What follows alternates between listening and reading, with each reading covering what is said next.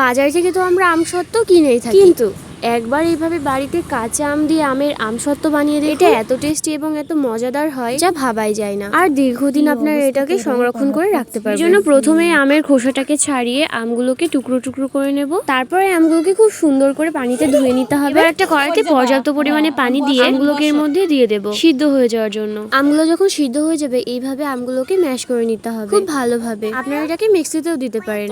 আমগুলো খুব সুন্দরভাবে ম্যাশ করা হয়ে গেলে একটা ছাঁকনির সাহায্যে খুব সুন্দরভাবে ছেঁকে নেব, যাতে করে আমের মধ্যে কোনো রকম দলাভাব না থাকে। আর আমের এই মিশ্রণটা যদি আপনারা মিক্সিতে তাহলে এটাকে আপনাদের চালার প্রয়োজন হবে না। এই দেখুন আমের এই পিউরিটা আমার রেডি হয়ে গিয়েছে। এই দেখুন এর থিকনেসটা অনেকটা এরকম হবে।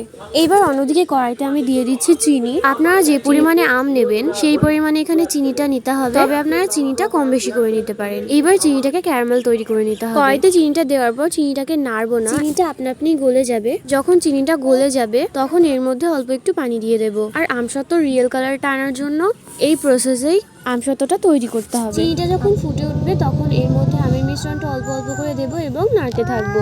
একেবারে কিন্তু দেওয়া যাবে না। সম্পূর্ণ আমের মিশ্রণটা দেওয়া হয়ে গেলে এর মধ্যে দিয়ে দিচ্ছি শুকনো লঙ্কা গুঁড়ো। এবার খুব ভালোভাবে নাড়াচাড়া করে নেব। নাড়তে নাড়তে এর ঘনত্বটা বেড়ে যাবে। খুব সময় নিয়ে এটা তৈরি করতে হবে আর অনবরত নাড়াচাড়া করতে হবে, নইলে কিন্তু এই নিচেটা বেশি জাল হয়ে যেতে পারে। দেখুন কত সুন্দর ঘন হয়ে গিয়েছে।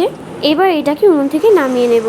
এবার আমসত্ত্বটাকে বসানোর জন্য আমি এখানে একটা প্লেটে সরিষার তেল মাখিয়ে নিচ্ছি, যাতে করে আমসত্ত্বটা তৈরি হয়ে যাওয়ার পর খুব সহজেই প্লেট থেকে উঠে আসে। তেলটা মাখানো হয়ে গেলে এবার আমি এর উপর এই মিশ্রণটাকে ঢেলে দিচ্ছি। আর দেখতে হবে সব দিকে সমানভাবে হয়েছে কিনা। এরকম করে আমি আরো একটা প্লেটে ঢেলে নিচ্ছি। এবার এটাকে 2 দিন কড়া রোদ্দুরে শুকিয়ে নিতে হবে। আপনারা চাইলে ফ্যানের হাওয়াতে এটা শুকিয়ে নিতে পারেন। 2 দিন পর দেখুন আমার এই আমসত্ত্বটা তৈরি হয়ে গিয়েছে। আর এবার এটাকে আমি একটু কেটে দেখিয়ে দিচ্ছি আপনাদের। আর এই আমসত্ত্বটা শুকানোর আগেই আমার বোন অর্ধেকটা খেয়েই নিয়েছে। আর এই আমসত্ত্বটা এতটা টেস্টি হয় আর এতটা সুস্বাদু হয় যেটা আপনাদের বলে বোঝানো যাবে না। আর এত সুন্দর হয় যে এটাতে আপনারা যেরকম শেপ দিতে চান দিতে পারেন। বাই দ্য ওয়ে, আপনাদের এটা কেমন লাগলো অবশ্যই জানাবেন এবং এটা আপনারা বাড়িতে ট্রাই করে দেখবেন। আর আপনাদের এটা কেমন হয়েছে আমাকে কমেন্ট করে জানাবেন। আজকের মতো এইটুকুই। দেখা হচ্ছে আপনাদের সাথে নেক্সট ভিডিওতে। আল্লাহ হাফেজ। আর হ্যাঁ, আমাদের চ্যানেলটাকে সাবস্ক্রাইব করতে ভুলবেন না যেন।